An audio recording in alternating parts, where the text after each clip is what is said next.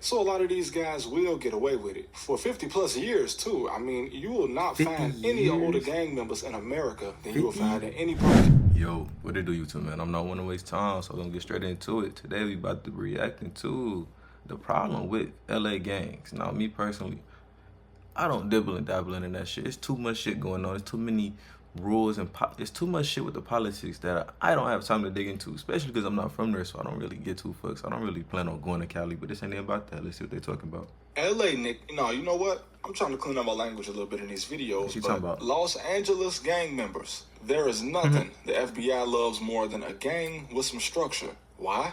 Because if I'm the FBI, all I gotta do is find one guy at the top, and he'll link me to everybody else. You see, the thing about the little YNs in Chicago backdooring each other and being every man for themselves is that it's much harder to prove a racketeering conspiracy against them. The law won't even try to bring any Chicago gang members into court to try to prove that any of them are doing anything in furtherance of anything other than themselves. Damn, you can't even leave a gun around the guys when you're in Chicago. A dude will smoke a wood with you, eat some wings and fries with you, then steal from you as soon as you go to sleep and send you outside unarmed. Ain't that some then shit, act like bro? he miss you on social media when somebody... I ain't gonna put it business out there, but my cousin literally just talked about how somebody stole something that's very expensive from him because he thought he was chilling.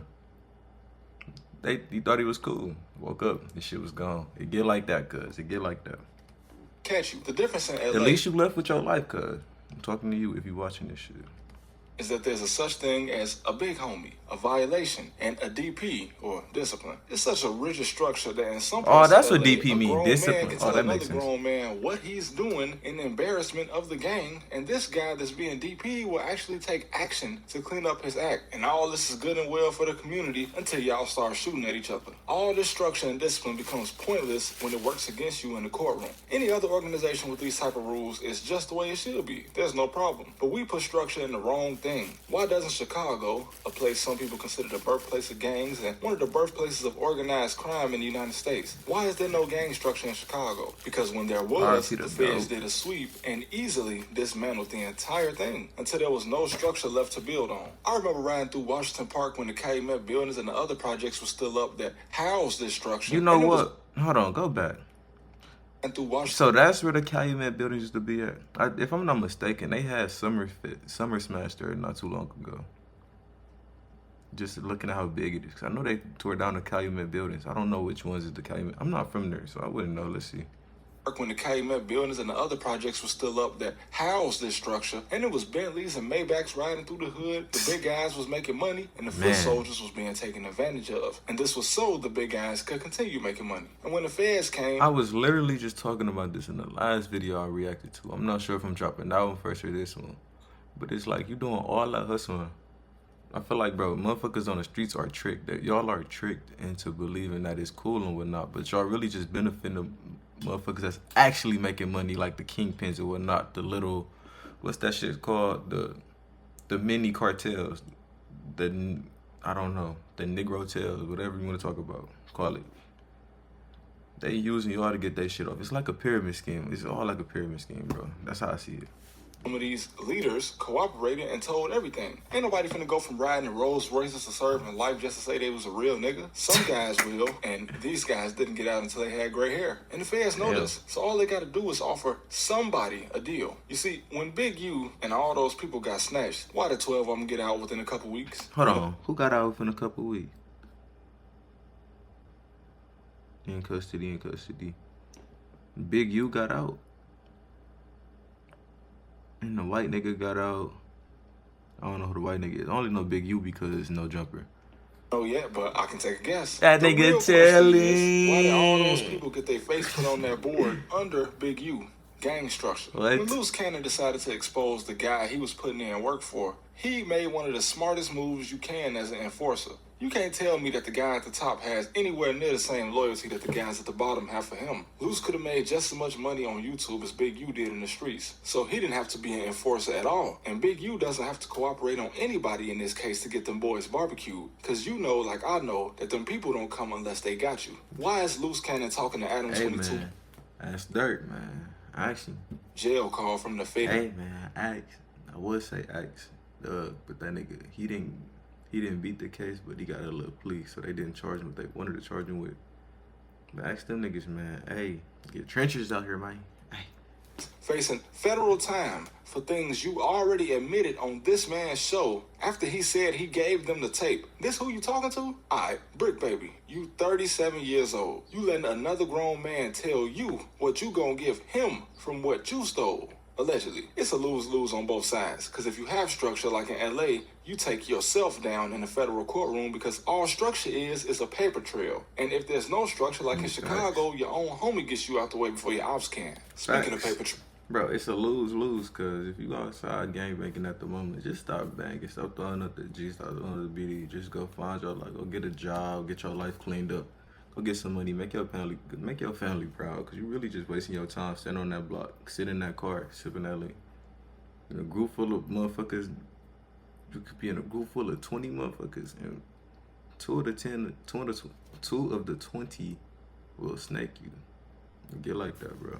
Statistic. Then banging on wax starting in California. Now I know that groups like NWA was not all real gangsters. We know Eazy-E was, but didn't Ice Cube go to art school or something? And of course the West Coast kind of did start the trend back in the day. Hey, that's why that nigga so cold at making films. That nigga went to art school. Let me find out. Gang banging on music and home videos, but this was the beginning of the end for self-snitching. I get that California is huge, and because of this, the law can't keep up with every gang and every set. So a lot of these guys will get away with it. For 50 plus years, too. I mean, you will not find any older gang members in America than you will find in any part of California. But that goes back to that structure. Once I talk... Bro, imagine being a dope man for 50 years. What the fuck are you doing with your life? You need to find a new profession if you ain't rich yet. If you're not rich by year 10, that's even too long. If you're not, motherfucker gonna spend their whole life hustling in the same position just because motherfucker's comfortable. 5 in Chicago, I either lost most of the guys I was closest to in the game, or I already got snaked by the rest of the guys. So if I did end up making it that far in life, I'm gone. I'm not staying around y'all, because when you die or go to jail, your guy's gonna be trying to get with your girl, and they're not sending you $1 in prison. That's a street guarantee in most cities. But this... You think she about to sit there and wait for you? Think about your bitch next time you go do something. You think she about to sit there and wait for you? Look how many niggas out here that's horny and ready to fuck out of here, bro. There's still such a thing as an OG in LA. It don't take a rocket scientist to know that there's no chance any other little guys running around with switches would ever listen to a Big U or any older guy. Honestly, where I'm from, a Brick Baby is considered an old goofy if he ain't putting money and weapons in the hood, and he still might get took down for everything he got because there's no respect for it. Lil Durk.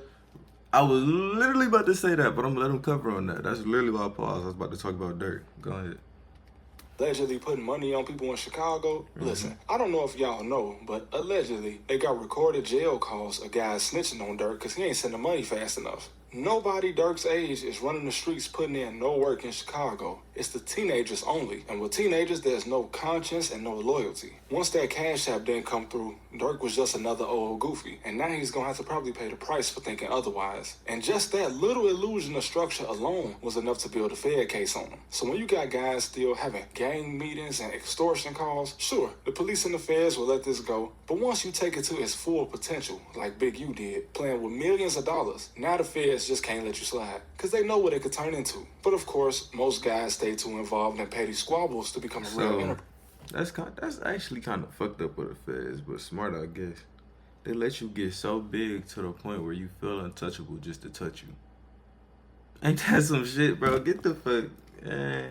Remember, the FBI created the Rico Act just so they could stop the mafia. And this probably wouldn't happen if the mob wasn't getting money. But you know, John Gotti had all the money and the houses and luxury cars, all untaxed. And you know Uncle Sam is always gonna get his cut. And these people are not willing to share that money under any circumstances. You in his country, so you gotta pay. When the projects were still up in Chicago, the police would come by and interrupt the money operation until they got their cut. Once they did, they drive off and leave you to it. But once the feds stepped in, the little crooked cops had no more power. Because again, a lot of money was floating around untaxed. Hey, this is a perfect...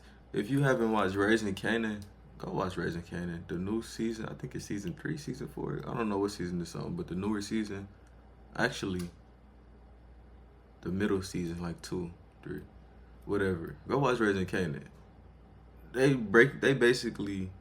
He basically break it down what the fuck they got going on with Rock and Kanan and basically the whole thing, the plug, all that shit. Go watch it, bro. It's a great show, by the way. Sam holds a grudge when it comes to that money. And unfortunately, most guys in the streets will live their whole life part of a program, as they say in LA, that could be $1 billion operation if they had the right mindset. But most of them will still end up dead or in jail without ever touching $1 million. And there's a few that got some real money and managed to serve less than 20 years in federal prison, which is the best you can hope for. But when that's the best you can hope for, that nigga winning. is any of this even worth it? And to all my California dudes, all over California, stop going on no jumper. All right, it's not 2016. There once was a time where Adam and all his little weirdos could have gave you some clout, and his podcast actually used to mean something in the rap community. But now it's just what the Fed. No Jumper was in his prime when that nigga had X on that motherfucker. He had a couple other people on that bitch. He was in his prime. Right now he's doing straight pornos and all this extra goofy shit. But it's like, I ain't really dabbling into that. I got time to, I'm trying to get rich right now. I'm not trying to, what?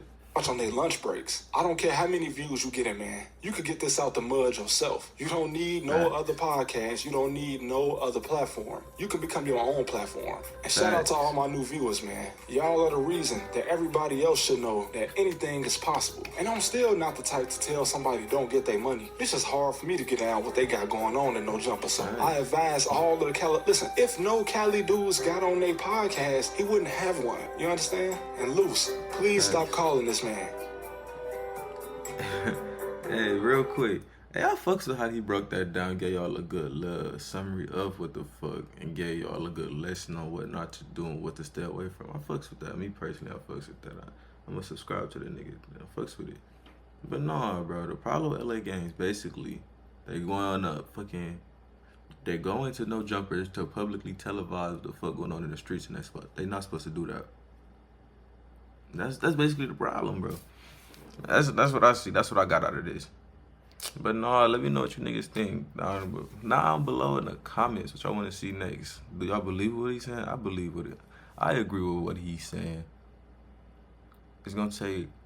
All it take is. I could say all it take is one person. That's not. All it take is one powerful person. One person that's in charge above them all. Not even above, but it's like a high-ranking big bro, whatever the big bro. I ain't calling no nigga big bro, but a high-ranking big bro. Tell niggas, cut the killing shit. Let's get this money. That's all it's gonna take. But until then, I'm gonna catch you niggas next time.